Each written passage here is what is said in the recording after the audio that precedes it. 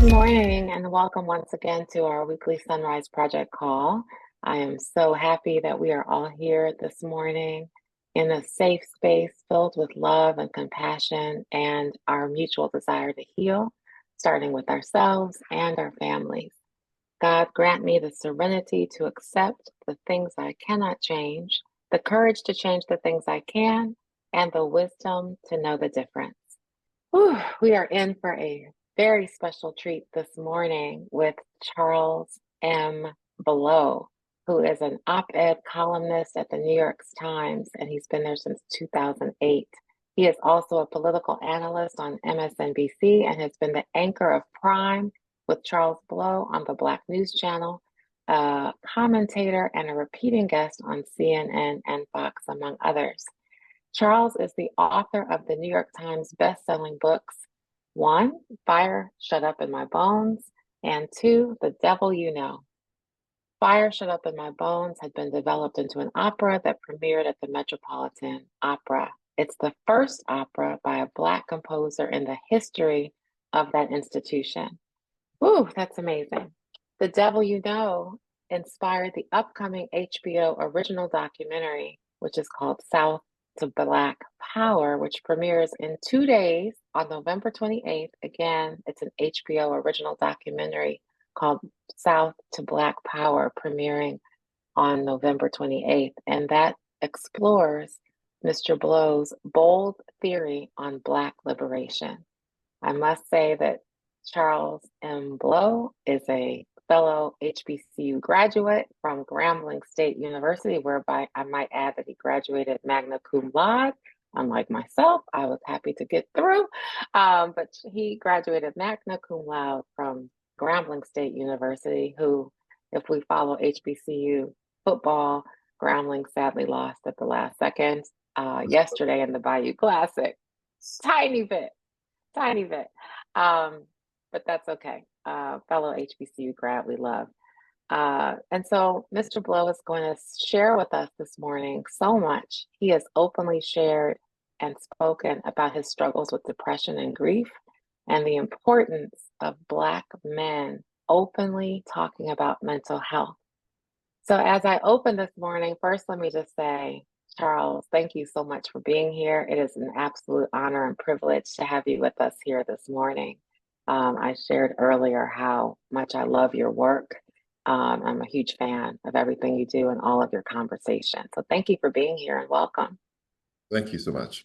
So I'd love to start with your book, talking about your book, the one that I first referenced, Fire Shut Up in Your Bones, because that book, from the first second, I listened to it on Audible. From the first second that you start talking, it is a riveting story of your journey and looking back at a moment in time that you openly shared in the book. So I'd love to have you talk about that and how did you get to the point where you were able to really deal with it and talk about it openly with your guests? And I'm thinking.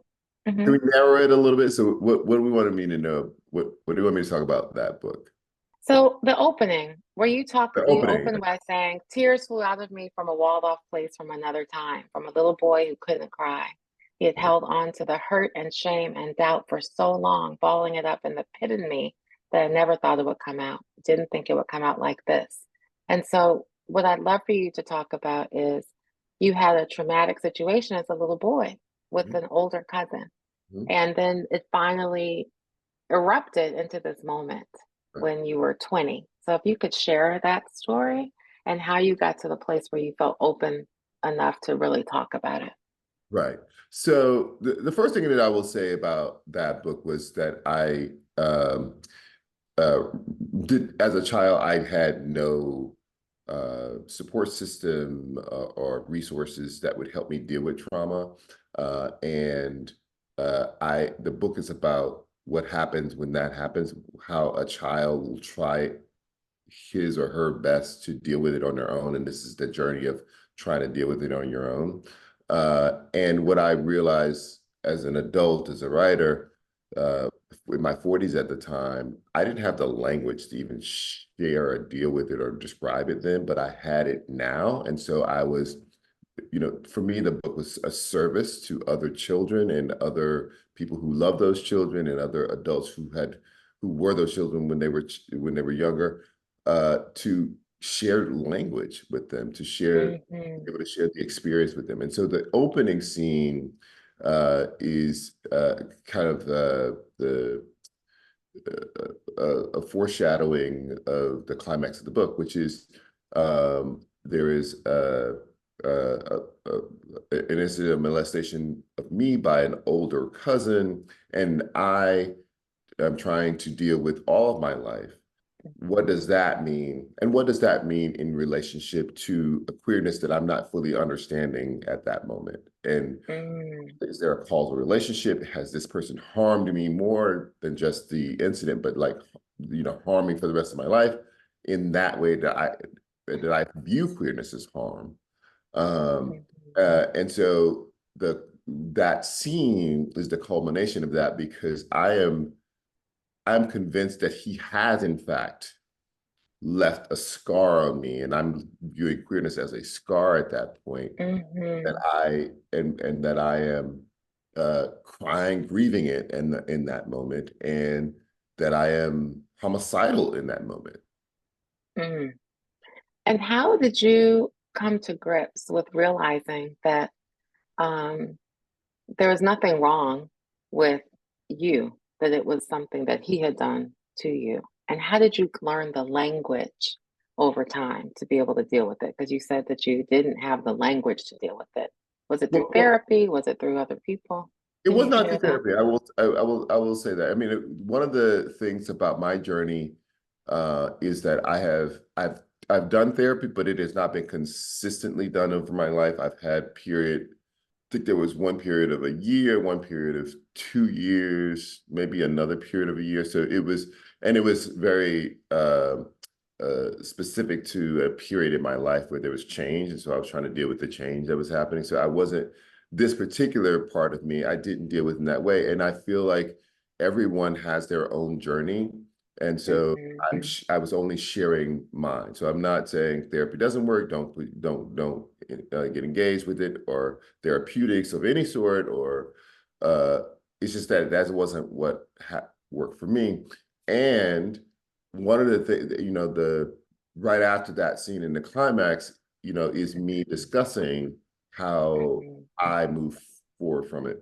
And for me, it literally is to simply release it. Like it is like carrying bags, and I make a choice that I'm going to put these bags down, and that they will stay there, and I will continue to move forward from them, and that is not me. The person that That's right. the entity that moves forward is me. I am not forever harmed. This Mm-hmm. does not hang on me like a shadow or a stench.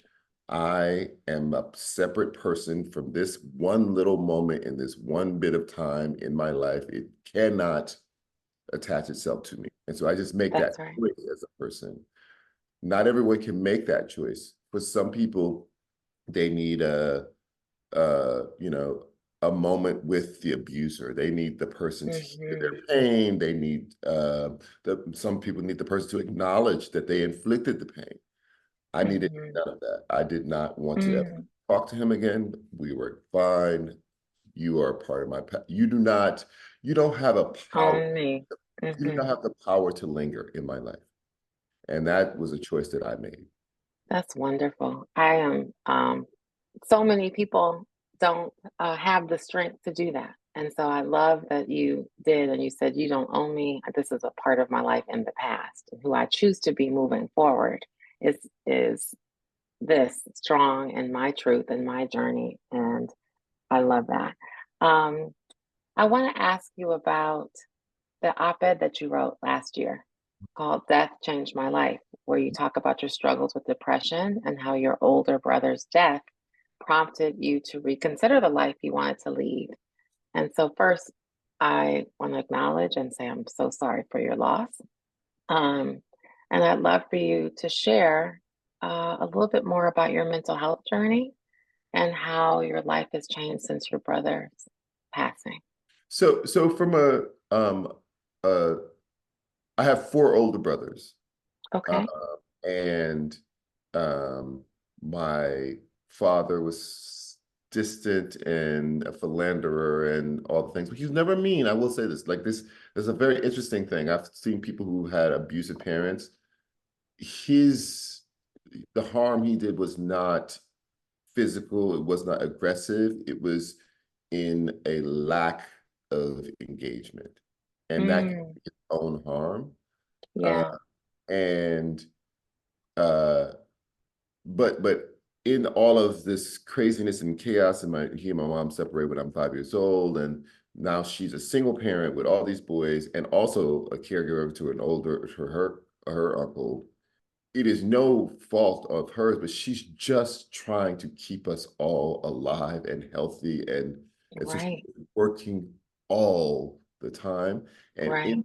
in the scrum of it all, I'm just kind of I feel almost invisible and left out. Like I feel very much Mm, fed and cared for. I just don't feel like anyone is paying attention. And mm, I kind of sink into a world that I create, my own space. And in the shrinking, and this is the thing about mm, children like that, if any of you have children who you see are kind of withdrawing and they kind of live in their own space and kind of apart from others, well, predators see that too, and um, they target children like that, withdrawn children, because the withdrawn child is also less likely to discuss what has happened to them.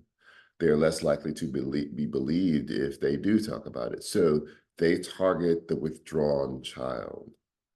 Um, and so, and for children, they can be confused by, uh, and I think society as a whole can be confused by this. Um, they think that, you know, the that the incident of abuse makes the child different, where in fact, because the child was different, he was chosen by mm, the abuser. Um, and uh, mm, and so uh, that makes it worse for me in the isolation mhm, of it all and not feeling like you can say anything. And it's not because anyone had ever said you could say anything. It's another thing that I always tell people about this issue. Um, a lot of times parents will say, if this ever happened to my kid, I would do this to the person and that to the person. That never, ever, ever say that. It is, mm, if you ever read Why the Cage Birds Sing, this is why Maya Angelou stopped speaking for years. It is because she says that the person has abused her and the person winds up dead. And she assumes that it is her words that have the power of death. That because she said something, this person who was intimate to the family is now removed from the family, dead. That she has scarred the family. And I think a lot of children carry that weight, particularly when they have heard the parents say, I will do this and I will do that and I will do that. And all they think in the moment is, if I say this, this rips the family apart because my mother or father is going to do this and do that and do that. And maybe if I'm old enough to even understand the concept, I will lose that parent because they're going to be in jail. So the children say mm, mhm, not because they mhm. are afraid of you, but they are afraid of what you will do. Right. Right. And so uh, I'm kind of Mm, all over the place here, but one of the things that I recognized that very early as a parent, and I created what I call safe space. It was my office. And I said, this is safe space. mm, Whenever you want to talk or yell or cry or scream or tell me that I'm wrong, you come say, Dad, can I go into to our safe space? We go into the office and they yell, they cried, we had tissue, that's awesome. whatever. But if as long as they had not been harmed and no one else to who they were talking about has been harmed or the harm was imminent, it all stayed in that space. And having a Mm, space where a child feels comfortable, validated, they can say things and it doesn't harm everyone, that was really mm. important. And they really access that all the time. That's awesome. And your kids are grown now. So they Right. did that. You did that when they were little? Yes. How old All were they? their whole lives. They've been doing that since they were little babies. That's And wonderful. I mean, yell at dad, you can do it in here. Yeah. No, that's wonderful. I think that's so Uh, fantastic because, yeah, go ahead, please. but I say that to say, that was, but the mental health part of it was, the isolation was severe, and I got to the point Mm, where loneliness became like the other friend, like it was the person, it was the mm, constant, and so, mm, and I don't know if I was clinically depressed. It felt depressing, mm-hmm, and mm-hmm, it certainly was lonely. And that I got so comfortable with that being in my life and part of my life that it was part of my life when I was older. And when it was around, I was comfortable with it being around. Like I mm, understood it, mm-hmm, and it was familiar to me. Um, I was going to talk to about it like it was an old friend, and mm, it went into adulthood, and it manifests. I think it manifests for people in different ways. We yeah, often think about it as manifesting in a person when their behavior um, creates negative impacts on their life. mm-hmm, Look at your overachievers too, mm-hmm, absolutely, because a lot of us become overachievers because we are compensating for the negative. We are trying to erase it by achievement. absolutely. And but but in doing that, the overachiever adds extra stress onto them. Mm-hmm, So they're carrying both the depression and the stress of carrying all the load, and it becomes even more isolating. And so it can look, and we've seen these incidents, particularly Black people who were highly successful and they didn't commit suicide mm-hmm, because yeah, we could never connect the stress of stress or depression with a person who is succeeding. But a lot of times they're succeeding because they're trying to erase, compensate. they're compensating, it's compensatory. So um I've had to recognize all that. And one of the things that happened after my brother died was, I just ask myself, like, what life do I want to live? Do I want to live? Like, it's literally because some of the behavior, I'm just drinking too much. Like, some of the behaviors are so negative that the impacts can be life threatening in the long run. That's Maybe right. not immediate, but it's life threatening in the long run. And um, and now I often say to myself, I think about the fact that he didn't live a very long time, and I Mm, imagine, like, so if it if life is this short, then how do I want to live it? And mm-hmm, what decisions do I want to make, and what kind of mental or what level of peace and joy do I want or mm-hmm. insist on having, and what does that look like? And Yeah. it shifts the prism through which you see things a bit, and I think it's been very therapeutic for me. In a way. Mm. Through the death of your brother, you have claimed this is the life I want to live, and I'm choosing to live. Number one, I'm choosing to live, and I'm choosing this type of life for the Abs- rest of my life. abs- Correct? Is that what I'm hearing? I Absolutely. love that. hmm I really want to just double click on something that you said that I personally feel. You know, first, we all wear this mask, often. And two, people can choose to be habitually busy. Mhm. And like you said, it's like being habitually busy can be an addiction. Like people can drink or people can be busy, and there's no glory in working 18, 20-hour days and sitting at the computer all day. But there's a similarity in terms of an addiction, an addictive behavior that's masking or that's doing something to not deal with whatever the painful situation is. So it's interesting. I think you mentioned that. I can personally relate to that Right. on every level. And a lot of times we get into addiction because we're just self-medicating. We simply can't. hmm That was the thing that I had to hmm remember or relearn, which That's was right. that so drinking became. it just was a way to flatten things out a little bit. Like, Right. not only could I not deal with the, you know, ups and the bads in life, I couldn't deal with all the success either. Like, it was, everything felt so overwhelming that I just need to flatten it out a little bit. And Mm-hmm. what I had to first is recognize that's what I'm doing. I'm doing that all the time. I'm doing it when I'm Mm-hmm. busy, is that I want to deal with the emotions and all the ups and downs of emotions. When I am uh, uh, Mm-hmm. drinking a self-medication because I don't want to deal with the ups and downs and all of the emotions. And you have to say, build the muscle to sit with your emotions. This That's is right. scary. This is scary. I'm going to sit with it and deal with it. This is Mm-hmm. overwhelming because I don't deserve this amazing thing that's happened to me. Sit with that and deal That's with right. that. This is too much grief. Sit with that grief, deal with that grief. And when I say relearning, this was just a mental thing that I could, a device that I could use. You couldn't Mm-hmm. drink when you were a child. Horrible, things are up and down. Then Mm-hmm. you went to go to sleep. You wake up, it's That's better. right. Like, you will be fine. You will get That's over right. it. All of your life, you've gotten over it. You'll be fine. Relax. Absolutely. I love that. It's like sit in the pain. Someone just shared with me recently that addiction, whatever it is, being an over, working too much or drinking, drugs, whatever it may be, they said is the relief to the pain. There's the pain. It's a relief. And you said that's like a numbing, it's slowing down. It's using something without acknowledging and really dealing with, like you just said, sitting in it and dealing with it.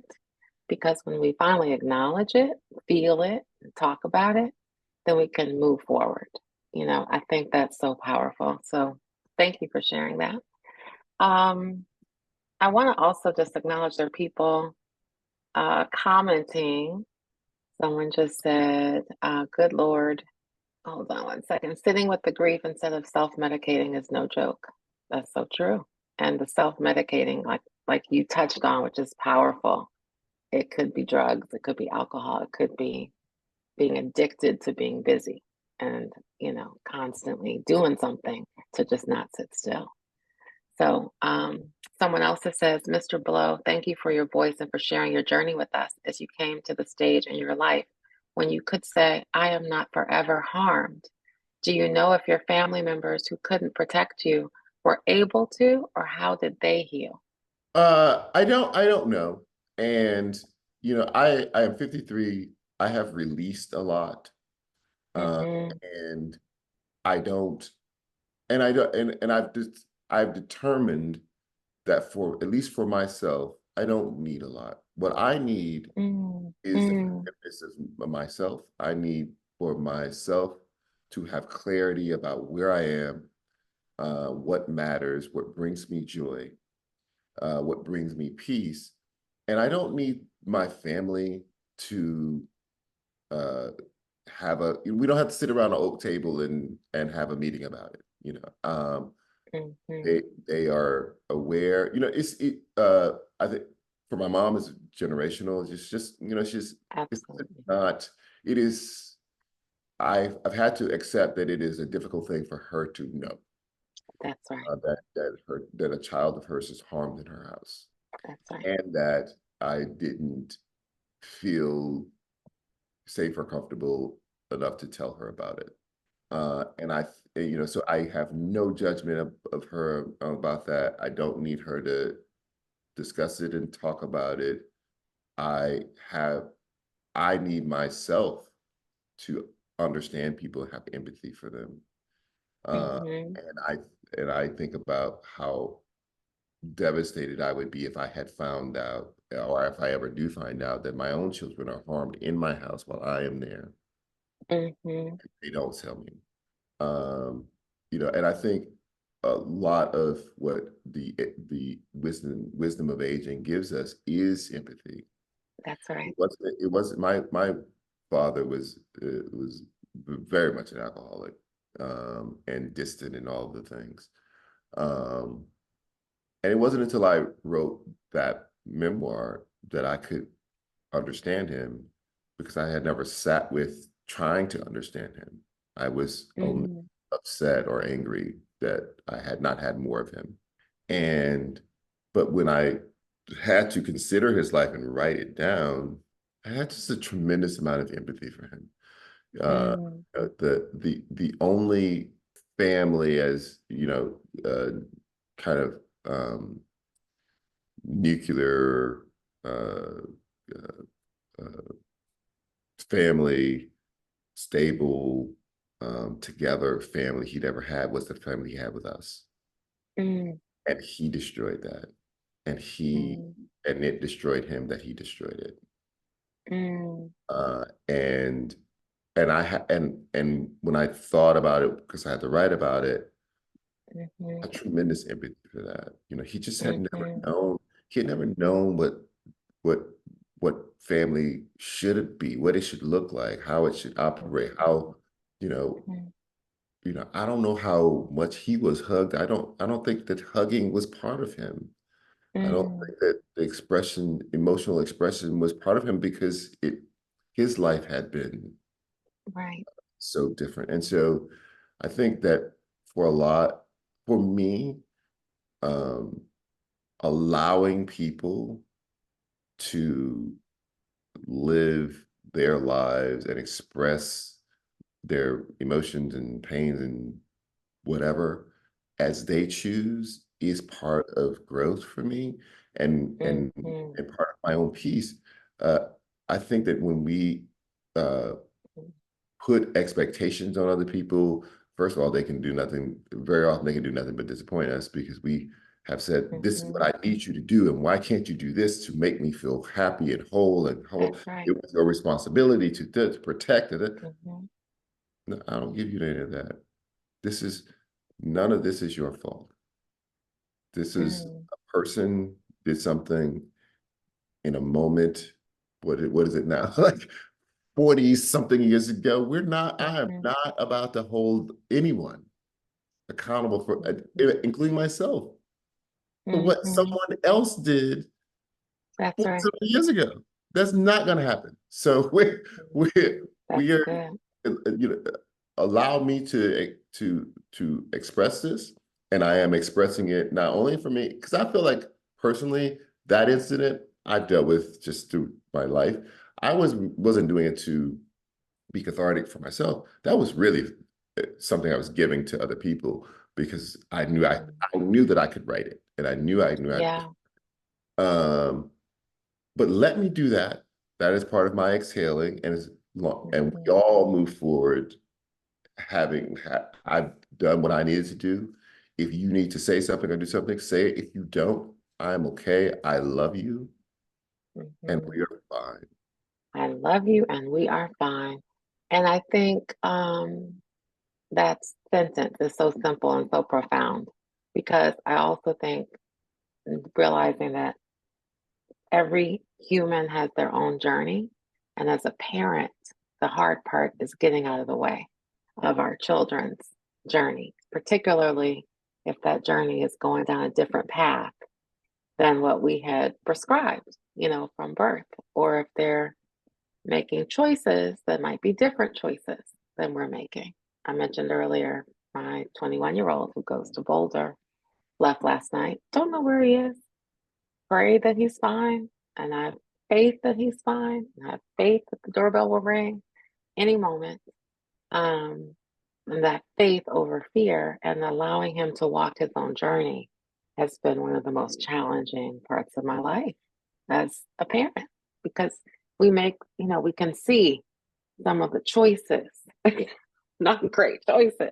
But what you said that's so powerful and so true is they have to walk their own journey. They have to walk their own path.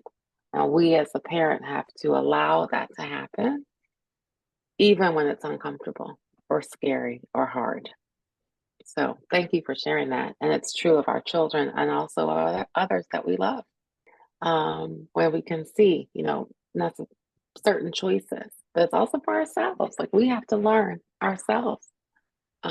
So thank you for sharing all of that. I'm moved, as you can see.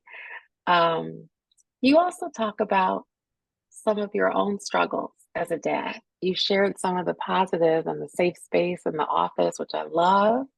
But can you share, did you ever have any struggles as a dad? Because we're all here because we are working through it, working through it. We're works in progress. Well, I mean, I am lucky that I didn't have um to be any sort of behavioral issues with my children.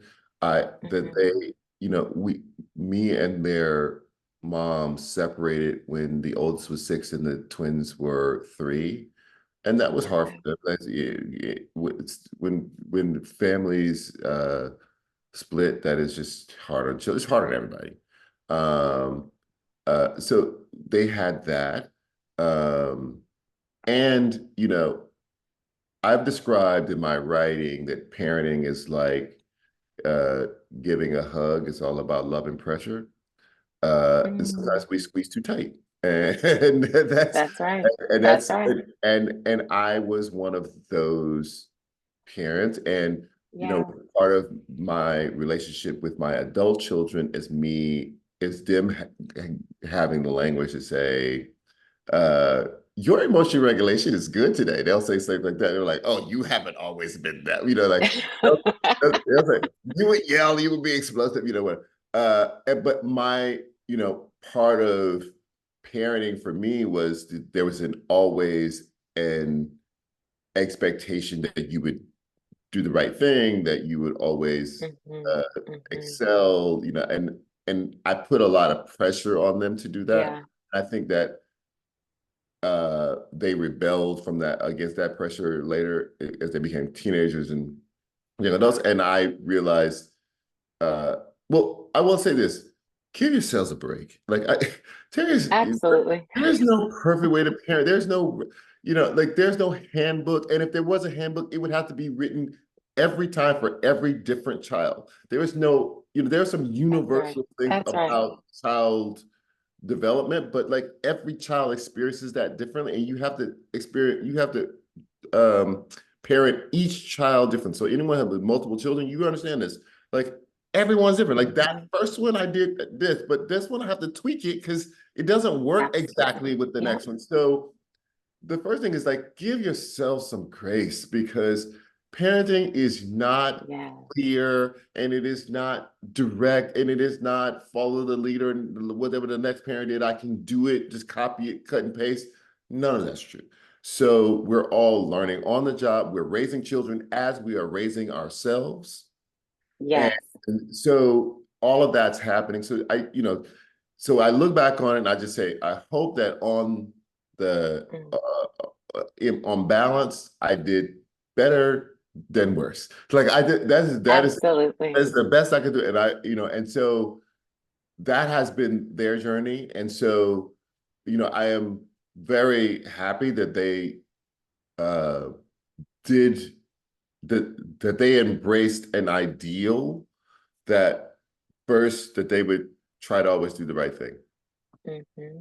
And Hmm.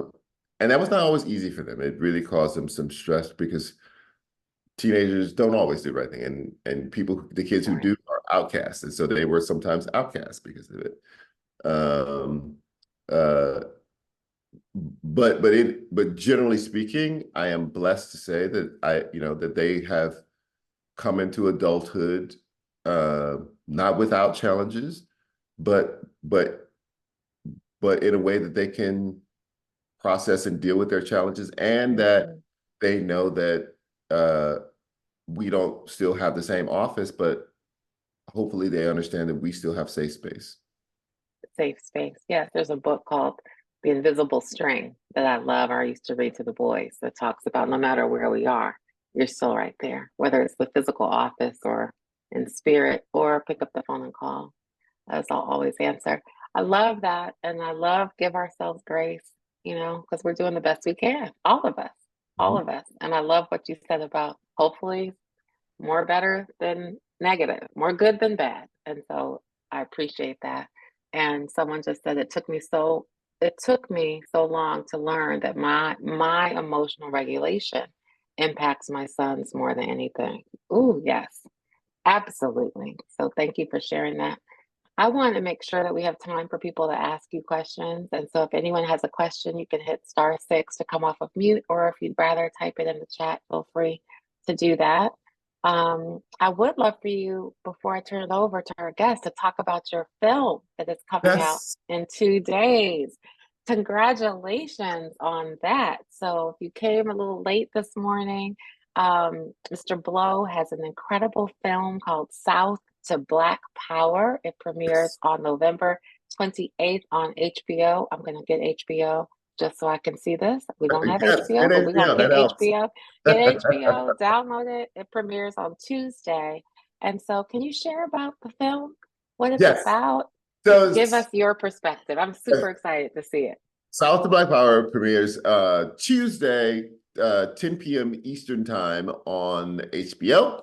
And it is developed out of my second book, which was called The W Know. And the premise is simple, which is that after the Civil War, 3 southern states were majority Black: Louisiana, Mississippi, and South Carolina. And 3 others were within 8 percentage points of being majority Black. In fact, 90% of all Black people lived in the American South, who lived Mm-hmm. in America.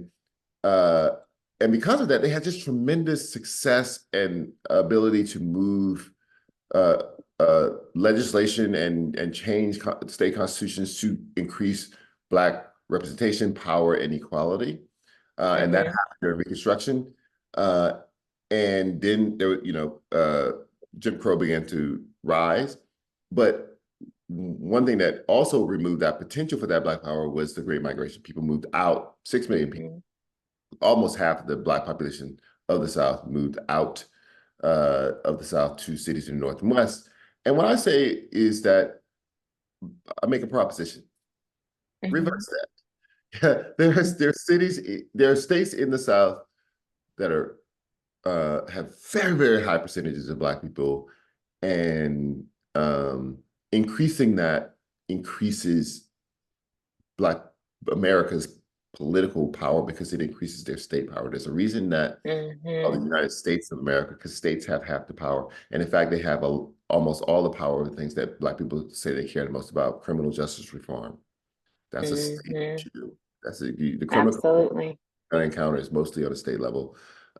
Mass incarceration, mostly state, local issues. So just a lot of things. So it is about reversing Education, the education, books we can healthcare have. policy, Mm-hmm. all Mm-hmm. sorts of things. So it is about encouraging people to move back to the South, but also just sparking a conversation about place and power for Black people. Mm. I cannot wait to see it. And it is Tuesday night on HBO. So if you don't have HBO, get HBO. I don't work for HBO, but support Charles Blow and this fantastic film that I know is going to be amazing. I love the notion of reverse migration, and I love the thought of, moving back to where we were when we had power and so much more power, and changing, looking at Florida, looking at some of these states that need Although major Florida's not on my change. list. Florida's not on my list. Florida's not on your list. Okay. But imagine if Florida had a bunch of Black people who could change the tide. I'm just saying. You can tell I like Florida, but I don't like the politics there. But we're not going to talk all of that. I would love to thank you for sharing that. It's going to be Absolutely. amazing. Tuesday night, 10 p.m. South by Black Power. Off to Black power. South to Black Power. Thank you so much. I wrote it South to Black Power and then I typed it wrong in the chat. South to Black Power. So thank you. Is there anyone on the line that would like to ask a question of Charles M. Blow this morning? Feel free to come off of mute if you would like. I want to make sure we have an opportunity before we finish this morning. Any questions from anybody? Because if not, I have more. There is a question. Can you speak on any national leaders who seem well equipped to help Black people heal from the roller coaster of the past 15 to 20 years and make a better day? Can you speak on any national leaders who seem well equipped to help Black people heal from the roller coaster of the past 15 to 20 years and make a better day? So I will assume that 15 to 20 years, so that's election of Obama, then election of Trump, and Mm-hmm. recession, Imagine that's. Mm-hmm. COVID, uh, uh, George Floyd. I'm trying to figure out what that time period encompasses. Um, I don't, it's an interesting question, but I don't fully understand the question because um, there is the Uber consideration, which is um, that there is intergenerational trauma that has existed for 400 years, right? Mm-hmm. That there's something in the culture that is being transmitted and then reinforced by society as it exists when it is transmitted that has created a long-term cultural trauma. Mm-hmm. Then there is the there are the real bracing new traumas, what the psychiatrist called what do they call it? Vicarious traumatization. So it was that because you could see in the last 20 years or so, maybe even longer than that, Rodney King probably the first one, Black people on video played over and over and over again being killed or hurt, Mm-hmm. Mm-hmm. but you were vicariously experiencing that trauma as if it were you or a family member. And so that is a visceral thing that's happening now that's not necessarily related in the Mm-hmm. same way to history. So there's a lot of different ways that we could describe a community or racial trauma existing Mm-hmm. within Black community. But my take on this is not necessarily comes from the therapeutic side of it, which is completely legitimate. It's just not where I have any sort of expertise or ability. My take on it is to deal with it as I am dealing with it in the film in the last book, which is that you have to change the power structures because until you do that, Mm-hmm. the people with the power to traumatize you will retain the power to traumatize you. And so no, Mm-hmm. you can treat that, but you can also treat it by preventing it. And I think prevention as Right. treatment is a better treatment. And so I am trying to create power structures that prevent the traumas in the first place. Mm. I love that. And it's changing the power structure in those key states in the South. So it's the reverse migration, starting there and changing the state Which, politicians. which changes, which for me could help to change the country. And I look That's at it right. this way. Uh, we've only ever had 10 Black senators in the entire, 11, I think, entire history of the country. Mm, The first one elected by a coalition led by Black people happened in 2020. Raphael Warnock in Georgia, mhm, led by Black mhm, people, because Black people had migrated back to Georgia around Atlanta. And they had enough of them, and Stacey Abrams had enough of them to organize, and she got them registered to mhm. vote, and they went out and voted. And now you have a Black man, a Black senator elected by Black people responsive to that Black electorate. Never before. Right. Every other Black senator was elected by coalitions led by white people. They were responsible to that. You could see it in language and the posture that they were trying to make sure that they didn't go too far and Mhm, offend that electorate rather than going as far as they could to defend us. And mhm, if you have enough Black people in states, you get more Raphael Warnocks. People mhm. look like you, by you, responsive to you, and that changes the Senate itself. That's huge. That's right. That's a structural change. So when you look at why didn't we get police reform, it died in the Senate. You had more people in there who looked like you, voted like you, thought like you wouldn't have died. Uh, Yep. you know, The Crown Act. The Crown Act, you creating a think about respectable all the upper national things. air, You think died about in the Senate. all the things that you Mm-hmm. could have All done. the things. All the things. I know here in Maryland, we have a Black woman running for Senate. Also Brooke, is that her name? Allison, Angela, also Brooks, Black woman running out of PG County against a man who's a billionaire, David Trone. So we'll see. I'm gonna just put that aside, but I agree Yes. with you on the need to look at who our political leaders are if we want to change. It's at the state level, so critical, And and that getting those doesn't state downplay level. that doesn't downplay Hmm. the need for therapeutic treatment of trauma.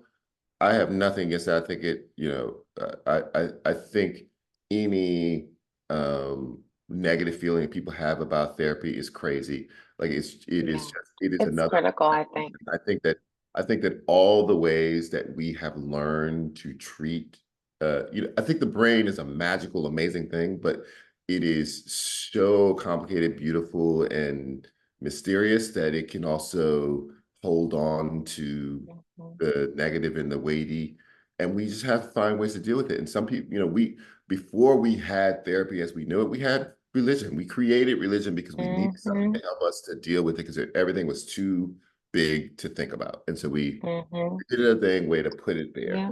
Yeah. We now have other means to do the exact same thing, which is therapy.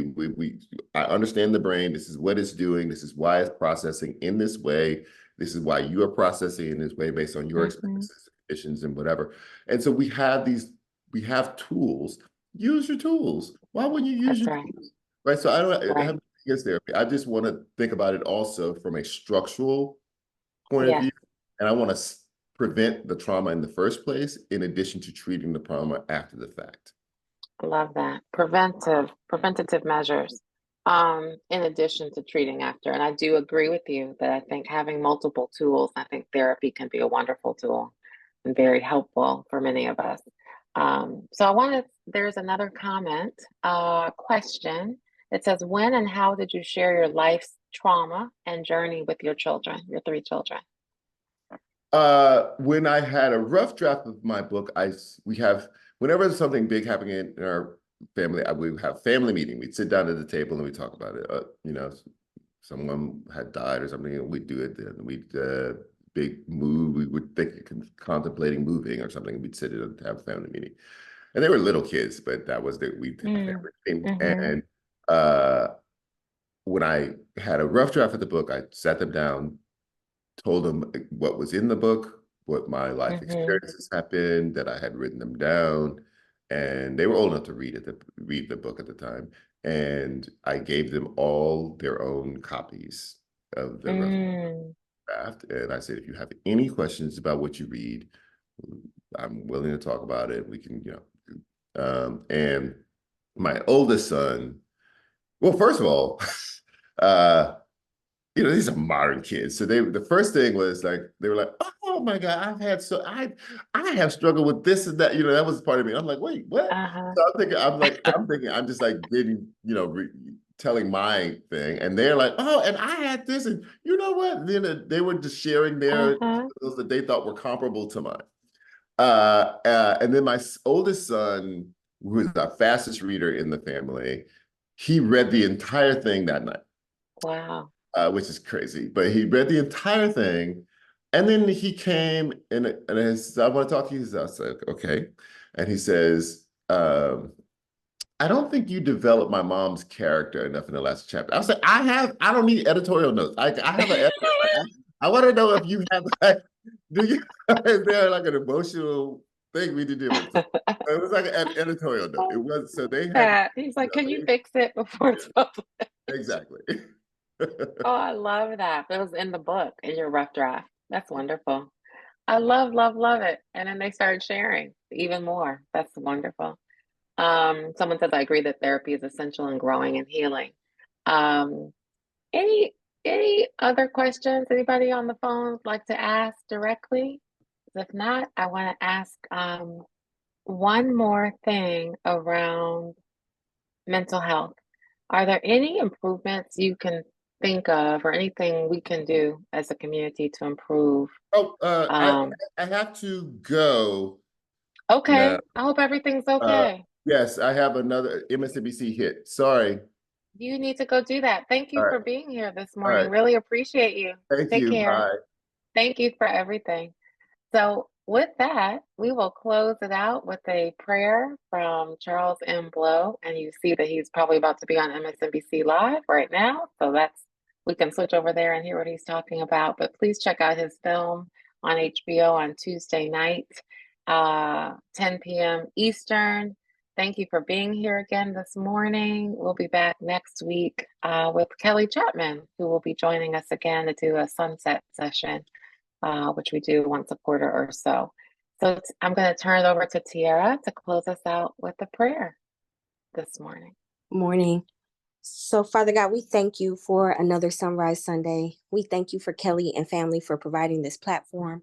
We thank you for Charles Blow for sharing his deeply personal and inspiring story with us today. We thank you for his reminder that we are not forever harmed. God, we thank you that each day is a day filled with new grace and new mercy. Each day we have a chance for a new start, God. We thank you for the opportunity to make ourselves new by giving our cares and casting our cares onto you, Lord. We thank you for your transformative power. We thank you for each and every person in this village and their families. We pray that you bless them. May they have a peaceful, powerful, positive, and productive week. In Jesus' name, amen. Amen. Thank you, Tiara. I appreciate you as always. Thank you, everybody, for being here this week. And we will be back next Sunday at 9 a.m. Eastern. Have a wonderful, peaceful, relaxing day.